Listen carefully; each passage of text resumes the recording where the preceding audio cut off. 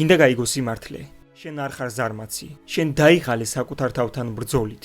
შეიძლება გონია რომ შენ არ გაქვს დრო, ძალა, мотиваცია, მაგრამ სინამდვილეში სულ სხვა რამ გაჩერებს. შენ უკვე იცი რა არ უნდა ჭამო. უკვე არაერთხელ გითქვამს, ორშაბათიდან დავიწყებ დიეტას. მაგრამ როცა ფსიქოლოგიური შიმშილი სძლევს რეალურ შიმშილს, თვითკონტროლი უკვე აღარ მუშაობს.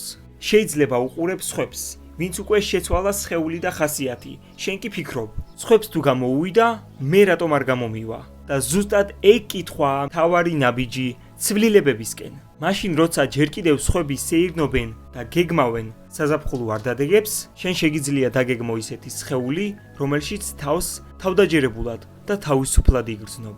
სჯობს გვიან ვიდრე არასდროს. მაგრამ მნიშვნელოვანია ის, რომ აღარ დაკარგო დრო და ენერგია იმ მეთოდებზე, რაც არ მუშაობს. დაიწყე დღეს პატარა ნაბიჯით. დაწერე კომენტარებში სიტყვა გასაუბრება და ჩაეწერე ჩემთან კონსულტაციაზე.